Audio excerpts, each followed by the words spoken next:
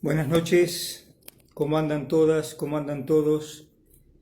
Bueno, continuamos hoy con algunos textos, algunas notas de mi libro Psicosociales Breves, Apuntes de Psicología Social, notas que precisamente son breves para que los grupos operativos de aprendizaje en escuelas, en instituciones, los puedan trabajar, completarlos, criticarlos, aumentarlos, sí, la forma del enseñaje que nos caracteriza a nosotros como psicólogos sociales. Así que la nota que elegí para hoy es resistencia al cambio y procrastinación. Nota texto del año 2008 aproximadamente. Acá empiezo con una frase citándolo, ¿no?, a Friedrich Nietzsche, diciendo en Zaratustra, ¿no?: os contaré cómo el espíritu se transforma en camello, cómo el camello se convierte en león y cómo finalmente el león se hace niño. Digamos entonces, para comenzar, que el concepto de resistencia fue tempranamente formulado por Sigmund Freud, 1856-1939, aludiendo a aquello que en los actos y en las palabras se opone al acceso al inconsciente. Por extensión, se habló también de resistencia al psicoanálisis, para designar a la actitud de rechazo a sus descubrimientos, por cuanto éstos revelaban los deseos inconscientes e infringían al hombre una vejación psicológica. Por su parte, la resistencia al cambio constituye una noción básica de nuestra psicología social, al considerar que lo nuevo suele tener la tendencia a colocarse como enemigo del sujeto. Hablando del psicoanálisis, encuentro un texto publicado en La Tecla Enie, también allá por el año 2009, y donde, trabajando con la poesía, el psicoanálisis y la cultura de mercado, decía yo en aquel entonces, ¿no? Creo que la poesía, al igual que el psicoanálisis, entendido como una poética y una erótica, son fieles representantes de otra voz en su relación con el mercado. Si el mercado es el representante de una cultura falsa, mentirosa, deformada, a través de la poesía y del psicoanálisis también, el sujeto tiene mayores y mejores posibilidades de acceder a su verdad, a un otro modo de pensar, de sentir y de hacer. Sujeto y verdad, nos decía Michel Foucault, ¿no? Tanto la producción poética como la psicoanalítica se caracterizan por pisarle los callos a la cultura de mercado. Entiendo entonces que las ideas dominantes del mercado no son las de los poetas, no son las de los psicoanalistas. Como sí digo que psicoanálisis y poesía, ambas con mayúscula, psicoanálisis y poesía, tienen mucho en común. Respecto del mercado, ambas están situadas en la vereda de enfrente y desde allí nos dicen lo mucho que tienen por decir. Bueno, volviendo al texto de Psicosociales Breves, sigo entonces. Si analizamos el porqué de la resistencia al cambio, podemos ver que existen en realidad dos miedos básicos frente a toda tarea o proyecto a iniciar: el miedo a la pérdida o ansiedad depresiva y el miedo al ataque o ansiedad persecutoria. Para Enrique Pichon Rivière, 1907-1977, el padre de la psicología social argentina, estas dos ansiedades básicas surgen en las situaciones de conflicto y son inherentes al ser humano, aunque usualmente se encuentran sobredimensionadas por la sociedad en la cual estamos insertos, tal vez aquella cultura de mercado que en la tecla Enie hacía yo referencia. No hay malestar fuera de una cultura dada. La tarea del psicólogo social, del operador psicosocial, del técnico superior en psicología social, consistirá en procurar esclarecer su origen y el carácter irracional de esos temores. El miedo a la pérdida se manifiesta en las circunstancias de cambio, al abandonar el sujeto lo conocido. Es el sentimiento de quedarse sin lo que se posee, el temor a perder nuestra estructuración ya lograda. Algo así como la ansiedad ante la pérdida de un estatus determinado. Por su parte, el miedo al ataque se presenta como el temor hacia lo desconocido, la ansiedad ante una nueva situación a estructurar. Es el temor al ataque frente a las nuevas condiciones de vida del sujeto.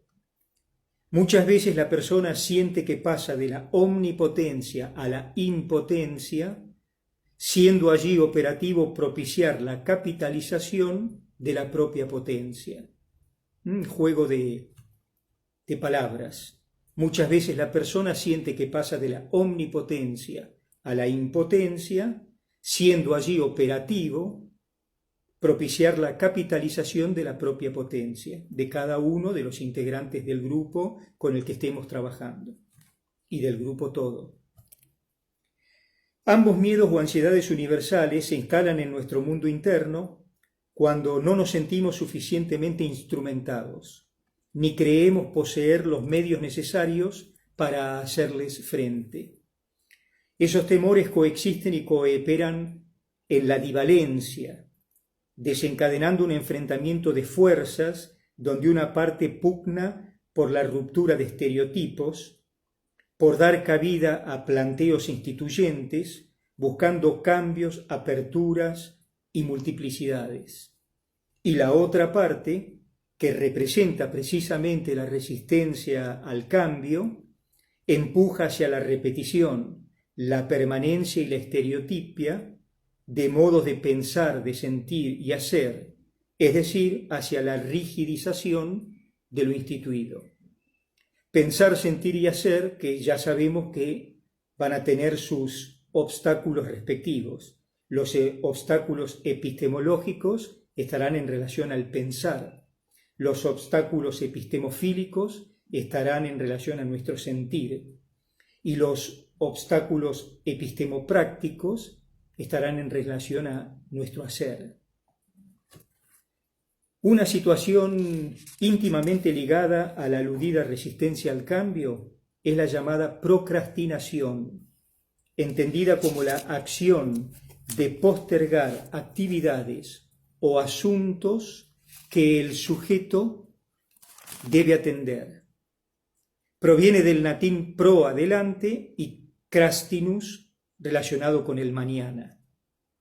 La noción se aplica usualmente al sentido de ansiedad generado ante una tarea pendiente de concluir.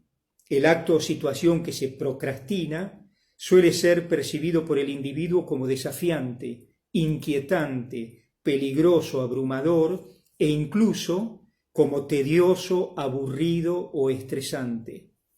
Y tal estrés, epidemia de nuestros días, puede ser tanto físico, psicológico, intelectual, emocional. Este concepto, más propio del psicoanálisis que de la psicología social, está ligado tanto a la depresión y a la baja autoestima, como también al perfeccionismo extremo y al miedo al fracaso. En el mundo anglosajón, se dice que la procrastinación es el ladrón del tiempo, aunque también acá podríamos decir, ir más allá y sostener que no es ni más ni menos que el ladrón del deseo. Máxime si consideramos que todo deseo lo es de dificultad, de intranquilidad. Lo perseguimos y cuando estamos por agarrarlo, lo agarramos, se nos escapa y lo volvemos a perseguir y cuando estamos ahí se nos escapa. Por eso de alguna manera decimos que es de intranquilidad o de dificultad. La gran pelea de cada uno de nosotros es averiguar cuál es nuestro propio deseo y poder llevarlo a cabo. Y tener en cuenta que en muchos o en momentos de cada uno de nuestras vidas existe muy fuertemente el deseo de no deseo. Procrastinar sería el arte de mantenerse al día con el ayer. Hay procrastinadores eventuales y los hay crónicos. Estos últimos son los que comúnmente denotan los desórdenes aquí apuntados.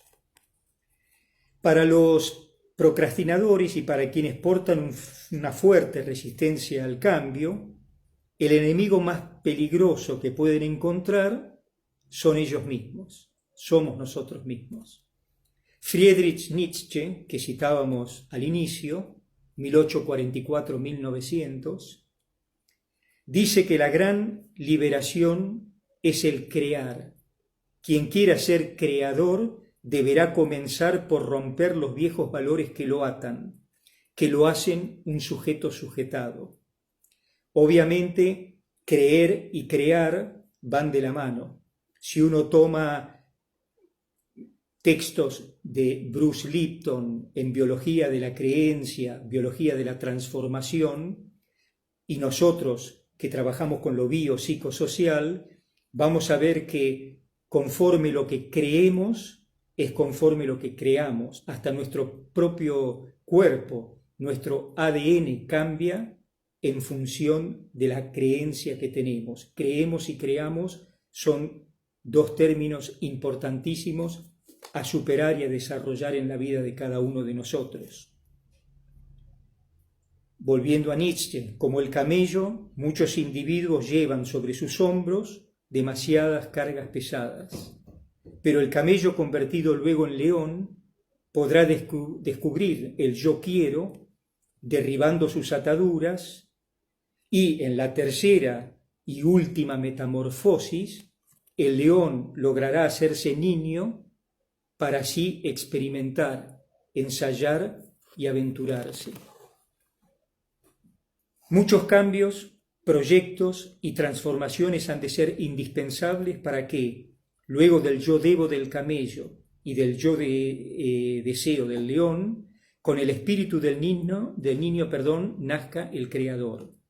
Muchos cambios, proyectos y transformaciones han de ser indispensables para que, luego del yo debo del camello y el yo deseo del león, con el espíritu del niño nazca el creador. Para ello, y según palabras de Zaratustra, cada individuo tiene que vencerse en primer lugar a sí mismo. Lacan ya decía, el enemigo de la manada es uno mismo. Palabras similares utilizó en su momento la filosofía de Arthur Schopenhauer y de muchos otros, ¿no? La permanente adaptación activa a la realidad implica combatir la cándida aceptación acrítica de normas y valores que nos aprisionan. Superar la idea de lo dejo para mañana, total tengo tiempo, propia de la llamada maldición del procrastinar, es propia, ¿no?, de la llamada maldición del procrastinar. De tal modo, el ser humano logrará ser siempre un puente y no un fin, una ruta hacia nuevas auroras. Así finalizaba aquel texto de hace más de 10 años, y acá en el libro tengo esas anotaciones marginales que le voy haciendo, las voy a leer, no me recuerdo qué eran, En un tiempo de extremos, muchos han dejado su vida en suspenso hasta que regrese el mundo que les era familiar. Esperan que la vida vuelva a la normalidad, entre comillas.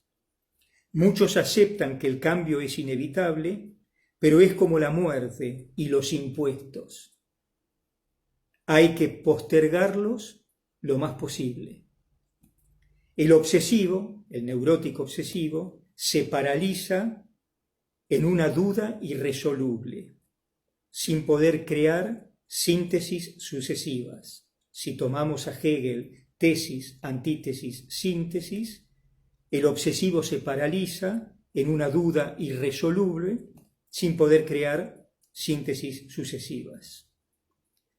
Entonces, para terminar, vuelvo a aquel texto. Superar la idea de lo dejo para mañana, total tengo tiempo, propia de la llamada maldición de procrastinar, de tal modo el ser humano así logrará ser siempre un puente y no un fin, es decir, una ruta hacia nuevas auroras.